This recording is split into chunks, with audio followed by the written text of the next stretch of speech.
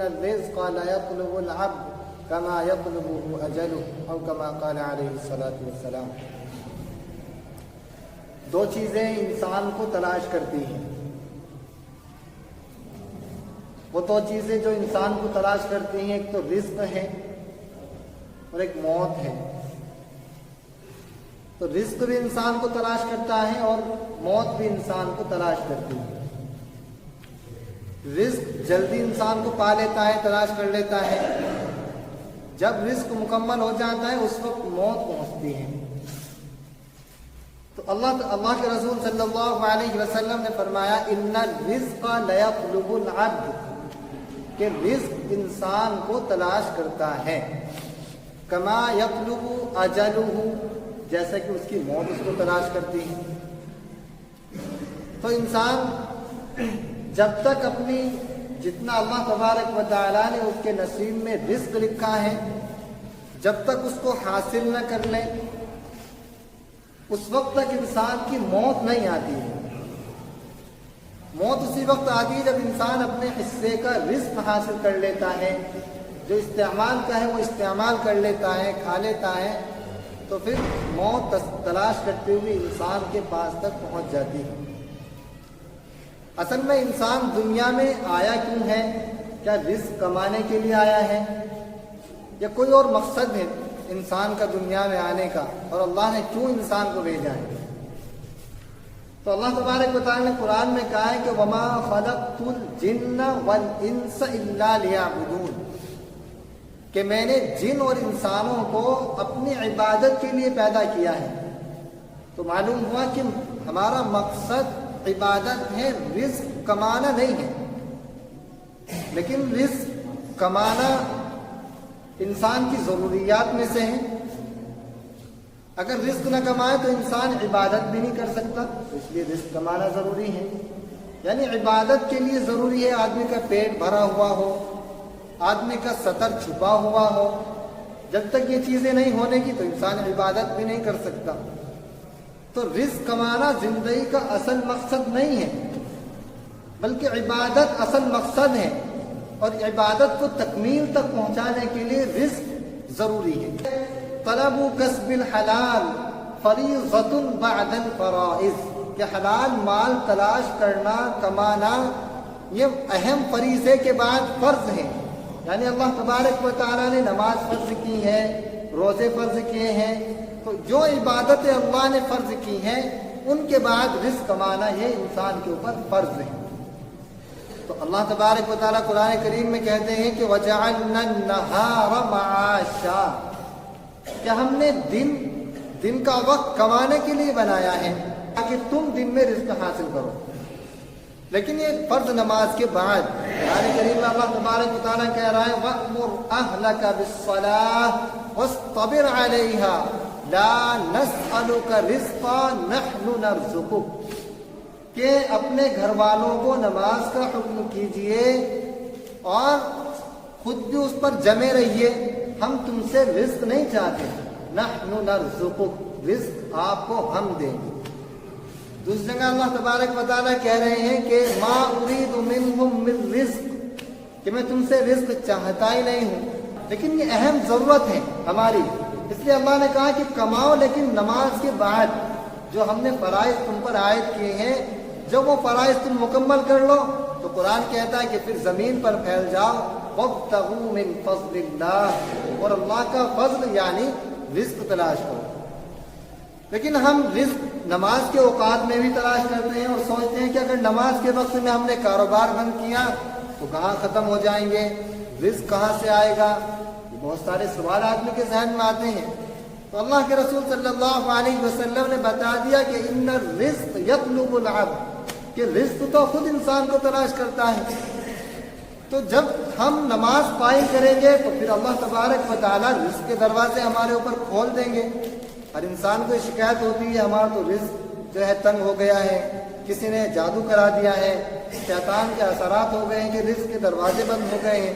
تو اللہ تبارک و تعالیٰ کہتا ہے وَفِي السَّمَاءِ رِزْقُكُمْ، کہ تمہارا رزق تو آسمان میں ہے، تم کیسے اس کے دروازے بند کر سکتے ہو؟ یعنی کسی کے ہاتھ میں نہیں ہے کہ کسی کا رزق بند کر دے، انسان کے بس کی بات نہیں ہے، انسان کے علاوہ جو اور مخلوقات ہیں ان کے بس میں بھی نہیں ہے تو کسی کا رزق بند کر دے، بلکہ انسان کے کچھ اپنے ایسے کام ہوتے ہیں جن کی نحوست کی وجہ سے اللہ تبارک و تعالی رزق کی برکتیں ختم کر دیتا ہے۔ آدمی نماز چھوڑ رہا ہے، پھر وہ کتنا ہی کمائے رات دن، اس کے رزق میں برکت ہو ہی نہیں سکتی، کیونکہ اس نے اہم فریضہ چھوڑ دیا، ترک کر دیا، اس لیے اب رزق میں اللہ تبارک و تعالی اس کی برکت اٹھا لیتے ہیں اور اس کے رزق کی برکت ختم ہو جاتی ہے۔ اس لیے اللہ تبارک و تعالی قرآن کریم میں کہہ رہے ہیں کہ اگر تم تقوی اختیار کر لو تو پھر ہم زمین و آسمان کے برکت کے دروازے کھول دیں گے۔ تو معلوم ہوا کہ تقوی جب انسان کی زندگی میں آئے گا تو رزق بھی وسیع کر دیں گے اللہ تبارک و تعالیٰ، رزق کے دروازے کھول دیں گے۔ اور اگر ہم نے جو ہے تقوی اختیار نہیں کیا، ہم نے نماز قائم نہیں کی، ہم نے اللہ کے احکامات کو نہیں مانا، تو پھر اللہ تبارک و تعالیٰ رزق کی برکت ختم کر دیتے ہیں، پھر انسان پریشان رہتا ہے اور پھر یہی شکایت ہوتی ہے کہ میرا رزق کسی نے باندھ دیا ہے، مجھے کسی نے کچھ کرا دیا ہے، رزق میں برکت نہیں ہے۔ تو اللہ کہتے ہیں وَفِي السَّمَاءِ رِزْقُكُمْ، کہ رزق بنتا نہیں ہے کسی سے، وہ تو آسمان میں ہے۔ اللہ تبارک و تعالیٰ دوسری جگہ قرآن میں کہہ رہے ہیں کہ رزق تو ہم نے تمہارے درمیان تقسیم کر دیا ہے۔ تو جتنا انسان کے مقدر میں اللہ تبارک و تعالیٰ نے رزق لکھ دیا ہے، ہر انسان کو پہنچ کر رہے گا۔ اس کے لیے پھر ہم کیوں نماز چھوڑیں، اس کے لیے پھر ہم کیوں پریشان ہوں، اس کے لیے کیوں ہم پھر حرام طریقے اختیار کریں؟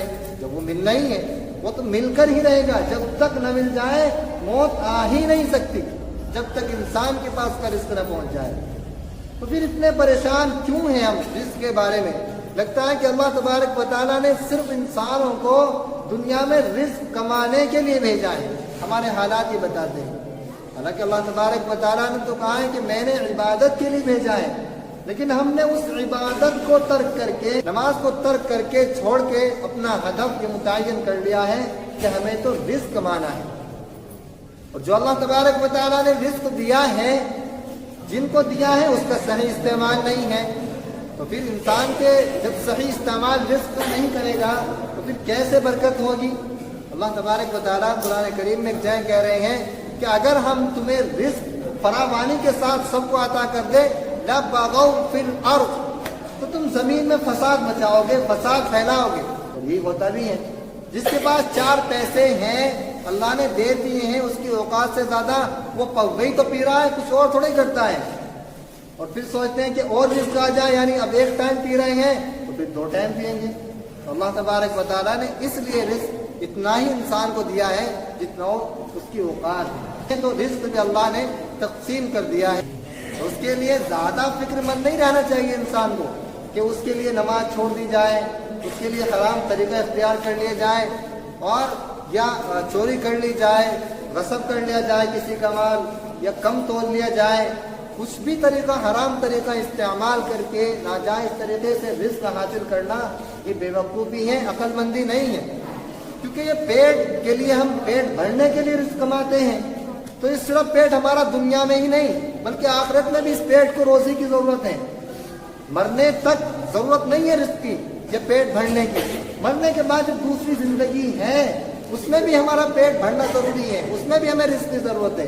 اگر یہاں ہم نے اپنے پیٹ میں حلال رزق اتارا ہے، حلال کمایا ہے، حلال کھایا ہے، تو پھر اللہ تبارک و تعالیٰ جنت میں داخل کر دیں گے، وہاں انسان اچھی نعمتیں استعمال کرے گا، کھائے گا، پیے گا۔ اور اگر جہنم میں چلے گئے بدقسمتی سے تو پھر وہاں وہی زقوم اور جو ہے پیٹ اور خون اور گرم کھولتا ہوا پانی انسان کو پلایا جائے گا۔ تو بہتر ہے کہ اس پیٹ کو حلال رزق سے بھرا جائے تاکہ جہنم سے بچ جائے آدمی۔ تو اللہ تبارک و تعالیٰ نے رزق کا ذمہ اپنے اوپر لیا ہے، نحن نرزقک، کہ کھانے کو تمہیں ہم دیں گے، تمہیں کیا کرنا ہے؟ نماز قائم کرنی ہے، بس صبر علیہا، اور پابندی سے پڑھنی ہے نماز۔ ایسے نہیں کہ جمعے کے دن آ گئے، 2 رکعت نماز فرض پڑھ لی جمعے کے، اور پھر پورے ہفتے غائب، اور پھر سوچتے ہیں کہ رزق کے دروازے ہمارے اوپر کھل جائیں کیونکہ ہم نے اللہ پر احسان کر دیا 2 رکعت نماز پڑھ کے۔ تو یہ نماز پڑھنی کوئی پڑھنی نہیں ہے، اللہ نے دن میں 5 وقت کی نماز فرض کی ہے، تو ہر نماز کو اس کے وقت پر پڑھنا ہے، چاہے رزق کمانے کا وقت ہو، چاہے کھانے کا وقت ہو، چاہے کسی بھی چیز کا وقت ہو.